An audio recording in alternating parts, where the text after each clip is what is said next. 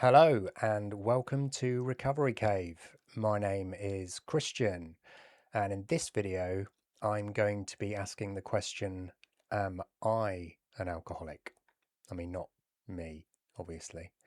I am an alcoholic. My last video, What is an Alcoholic, was about what alcoholism is. And this video is more about what alcoholism feels like.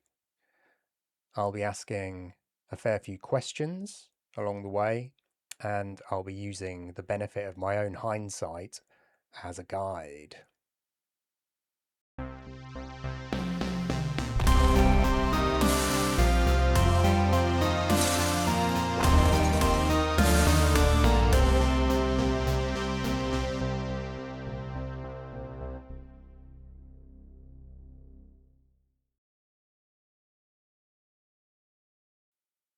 Now, throughout this video, I'll be asking you to make a series of self-assessments, and the biggest obstacle that you may come up against could be your own honesty.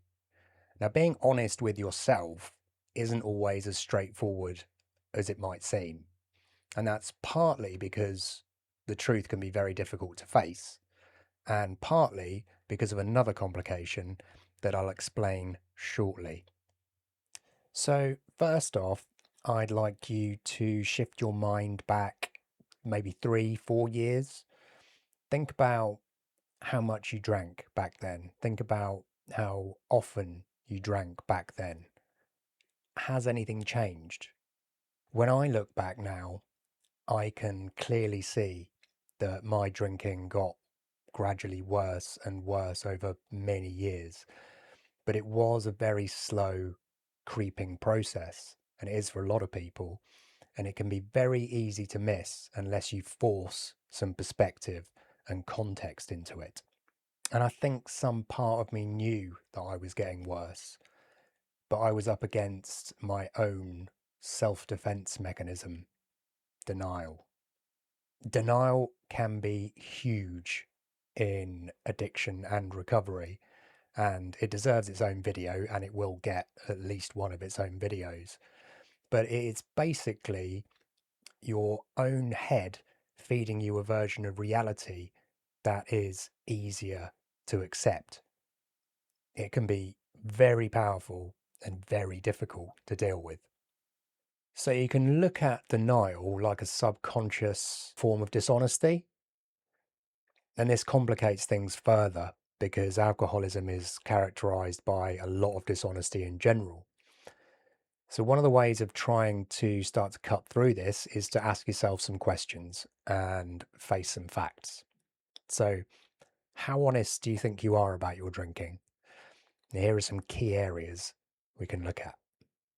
So, number one is honesty slipping. Have you ever been dishonest about the amount you drink? And I think probably everyone that drinks has been dishonest with a doctor. But have you also been dishonest with friends, family, people you work with? Have you ever concealed your drinking?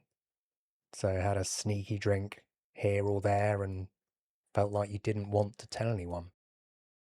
Have you ever concealed evidence of your drinking? Mainly hiding bottles, this, full bottles, half bottles, and then the evidence of empty bottles. Then there's the mental side of it, mental gymnastics. Do you ever justify your drinking? So either if or when people challenge you, or just because you feel the need to.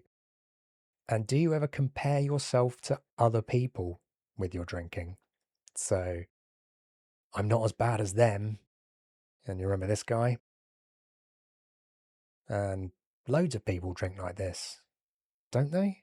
Which was something I used to try and convince myself of quite often. And number three is pattern shifting. Do you look forward to drinking more than you used to? Is it taking up more of your head, more of your life? And do you drink on your own more? So, alcoholism tends to isolate people over time. And when I think about alcoholism, it reminds me of the One Ring from Lord of the Rings. It starts out as this amazing, shiny discovery that you think is great, but then over time it slowly devours you, becomes your precious, and drives you into isolation and drives you mad. And if you're not aware of Lord of the Rings, then you'll have to trust me that that is an excellent metaphor. Another thing that can be useful to look at is lines, not cocaine. That's a whole other problem. But lines in your head, lines that you swear or you swore you wouldn't cross. Things like drinking alone, drinking secretly, or drinking in the morning. That's the one that I remember the most, I think. I swore I would never end up drinking in the morning. The idea of it made me feel sick, and thankfully does again now. But it was a line that I crossed. It felt like it just got crossed. So, do you have lines? Have you crossed any? And have any lines moved in your head?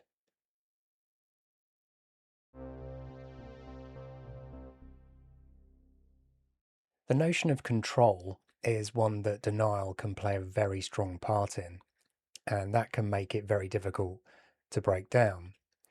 So, do you think you're in control of your drinking? Or does your drinking control you? Who's really in charge? One test you can do is committing not to drink for X days or weeks. But bear in mind that even if you succeed in not drinking for X days or weeks, it doesn't necessarily prove one way or the other that you're an alcoholic. What matters is how it makes you feel. And about 15 years ago, I was in a relationship with a woman that thought I drank too much. Actually, that's nothing new. That happened many times. But this one in particular was very keen for me to prove that I could have one night off alcohol. And I resisted. I said that I drank through choice and I enjoyed it. And I didn't want to have to prove myself. But she persisted. And in the end, I agreed to go through with it, even though in truth, the idea actually filled me with dread. So I did go through with it, and it was horrible. I was constantly anxious, looking at the clock, feeling jittery, and that night I actually had night sweats as well. But once I'd done it, I'd proven myself in my eyes, and I never had to do it again. And that relationship ended not long after that, and it wasn't ended by me. And in that relationship, the word alcoholic wasn't used explicitly, I don't think, but it was implied heavily enough for me to rile against it. So historically, I hated the word alcoholic. I was called or accused of being an alcoholic several times, and I hated that too. I really didn't like the implication that I wasn't in control of my drinking. And I thought that admitting that I was an alcoholic would mean that I was weak and that I had lost to a liquid, essentially, which sounds rubbish. But weirdly, when I did finally accept that I was an alcoholic, it was nothing like I expected. It gave me something I could actually work with. It gave an explanation. It made sense. And it was strangely really liberating. And it was really odd. It was the word that I had hated for so long, that I had fought against, that I had avoided and denied, ended up being the key to my solution. It meant that my recovery could begin. So the way I think of the word these days is like this.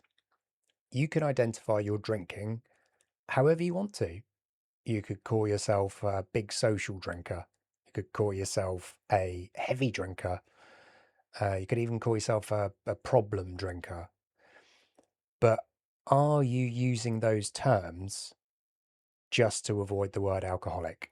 I worked with a lot of clients that were doing just that, but found out, like I did, that embracing the word was actually a big step forward. And I did touch on it briefly in the last video, but it's worth emphasizing that alcoholism is not about a lack of willpower and it's not a weakness. It is an illness. And clinical settings might diagnose alcohol use disorder or alcohol dependence, but add in some of the elements from this video, and that is alcoholism. And that's true of addiction overall. If you're an addict or an alcoholic, you are not a weak willed bad person. You're not well.